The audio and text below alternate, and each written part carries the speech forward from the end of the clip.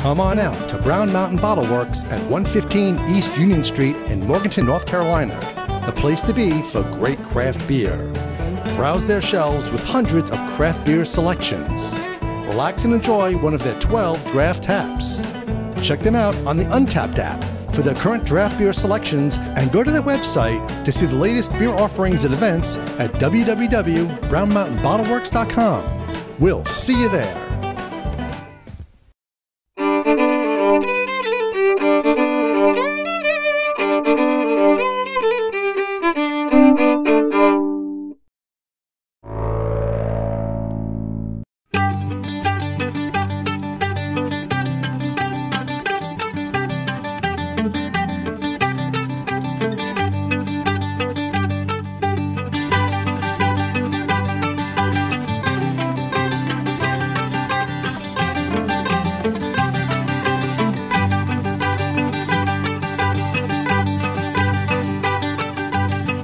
Hi, I'm Glenn. Dave's behind the camera with NC Beer Guys.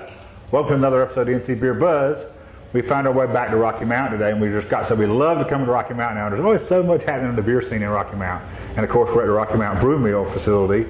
And you've heard so much about it. I'm going to not talk too much about that tonight. You can go to other sources and get that because we're at the Koi Pond Brewing Company with Ghiloni, who's the brewer and owner here. And we want to talk tonight specifically about Koi Pond. We'll get in a little bit about Rocky Mountain Brew Mill because he's here on the premises, but that's not the main story here.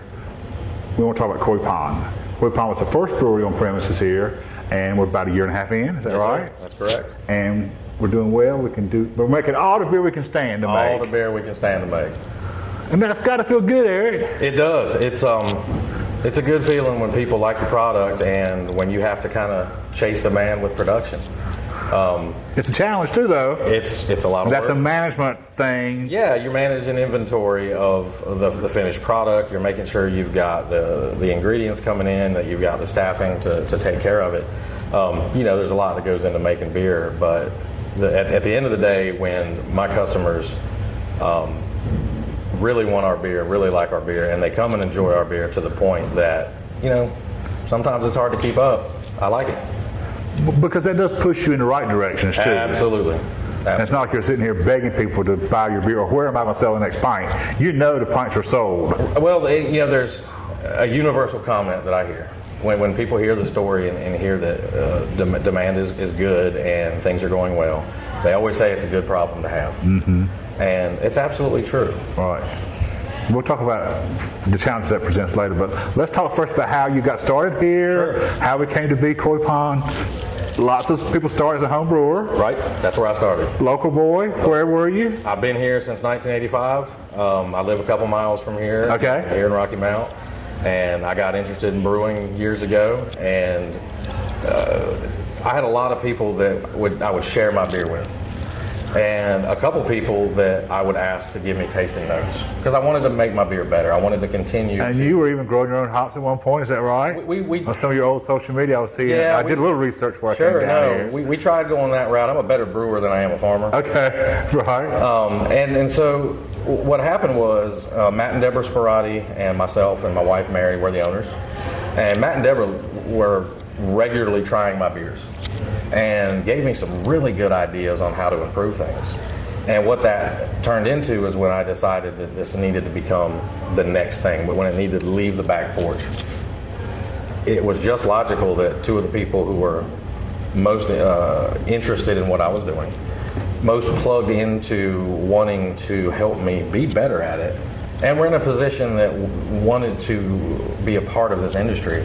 That's when about 3 years ago we decided to become partners. And let's figure out how we can make this thing happen. Let's make this thing happen.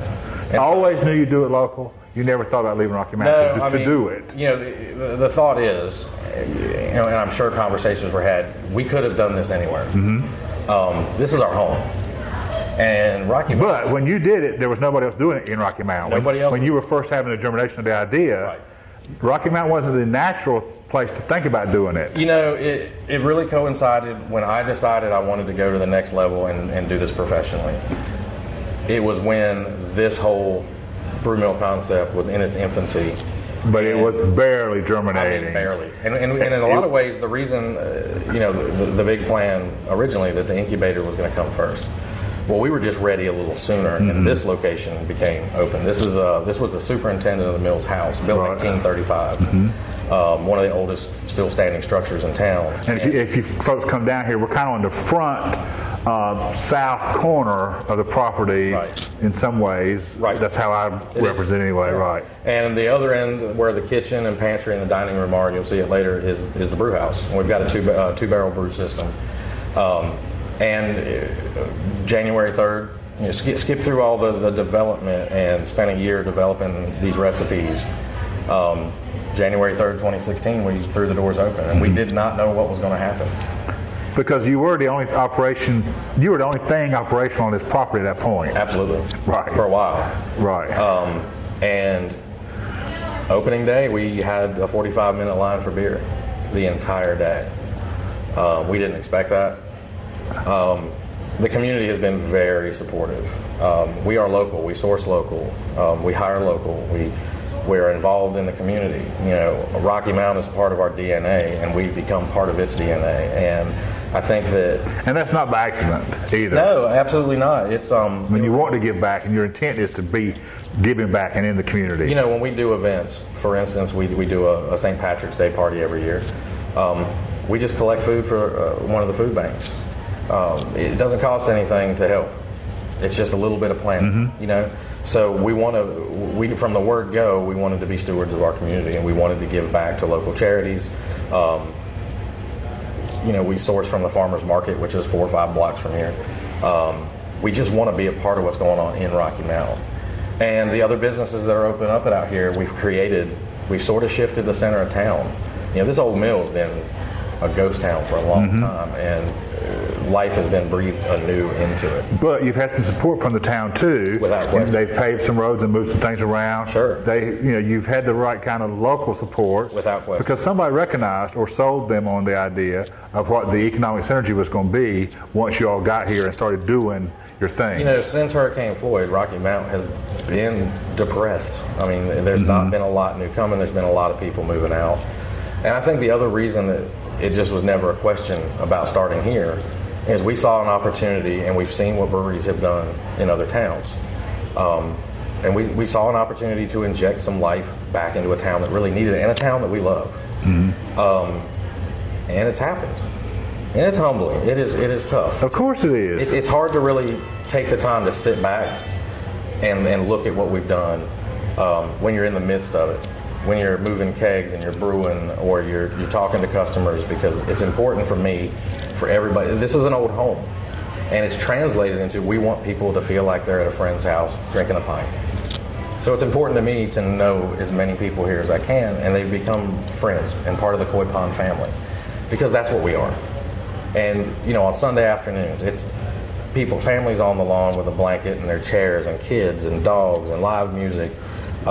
We haven't had that here in a long time, and so it's really cool to have created something that has allowed that to bloom. Of course, that must feel great. It's amazing to stand on the porch, and we've done a couple of festivals, and when we do one in May and one in the fall, and we probably at one given time during the one last month probably had 500, 600, 700 people on lawn, live music all day, and I took just a minute to stand on the patio and look. Take it in. Completely overwhelmed. Of course. It's been an amazing journey. We talked earlier about the challenges and the success of constantly making beer. Right. It's going to move you in a new direction soon, it looks like. Breweries grow. There seems to be a natural curve. We have a 2-barrel system, and we tripled our production capacity back in December, and started selling kegs outside to tap rooms and restaurants and bars. Is most of that still local? Most of our local accounts? Mostly, we've got beer in Winston-Salem. We've got some at Carolina Beach and at an Emerald Isle. Self-distributing still, though? Self-distributing, absolutely. Again, on a 2-barrel system, we added some 7-barrel fermenters, so we're triple batching a lot. And now that we're selling outside, we're looking at the need to expand again, and we're looking at the options and opportunities, because there's just a natural curve. Right.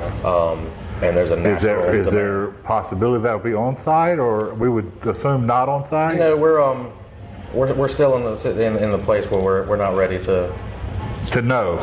I mean, it's early in the planning stage, but there seems to be a buzz about what we're doing, and we've got some solid product. And what about packaged product? Yeah, we did our first bottle release, I think April 27th. Okay. We've got bombers available of our Peach Lotus Saison, and that's done very well. We've just done a couple of, we're going to be doing some every couple months, but we're mostly just draft. That's our business.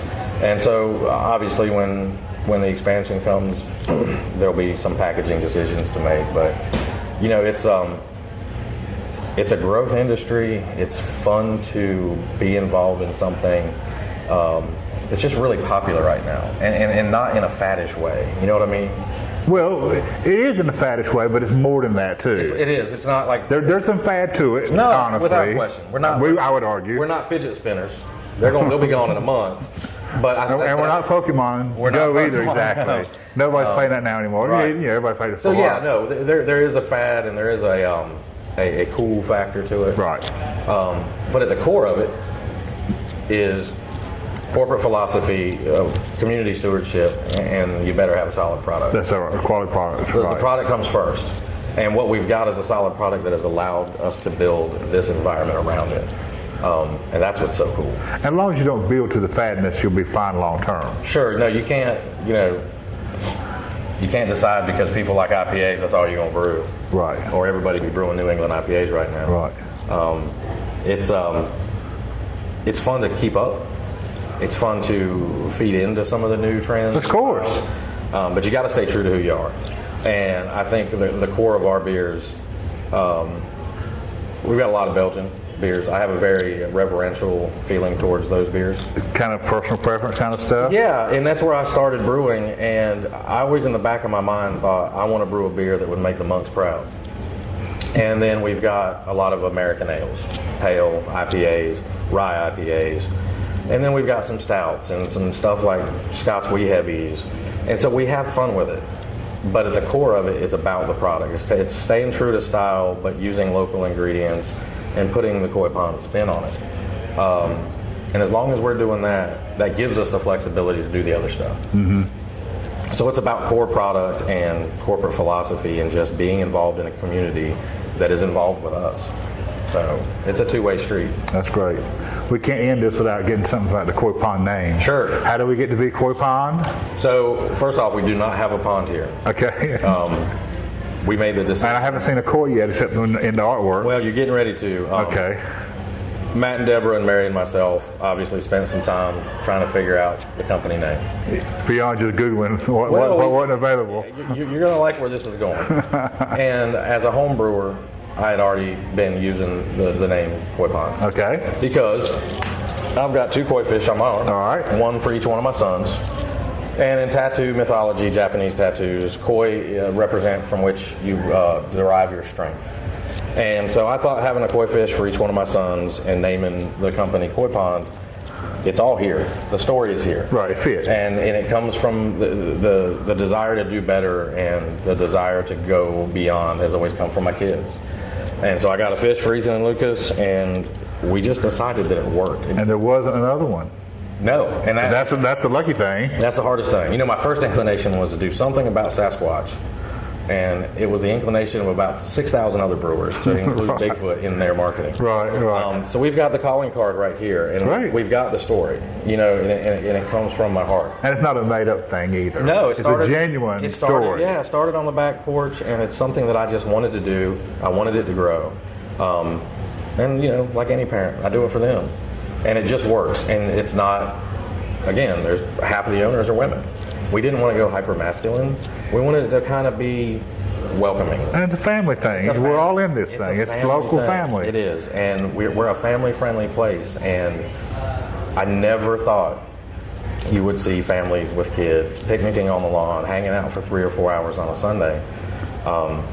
It has taken on a life of its own. Well, that leads me, I've got to do one more question. I know Dave's thinking, I've got to cut this off. Come into a town where there's not been a brewery, and I'm from East North Carolina, Little Washington's home to me, so I know some of the East North Carolina mentality. You must fight some of that non-alcohol, we don't want it here. Now, honestly, you had to hear some of that.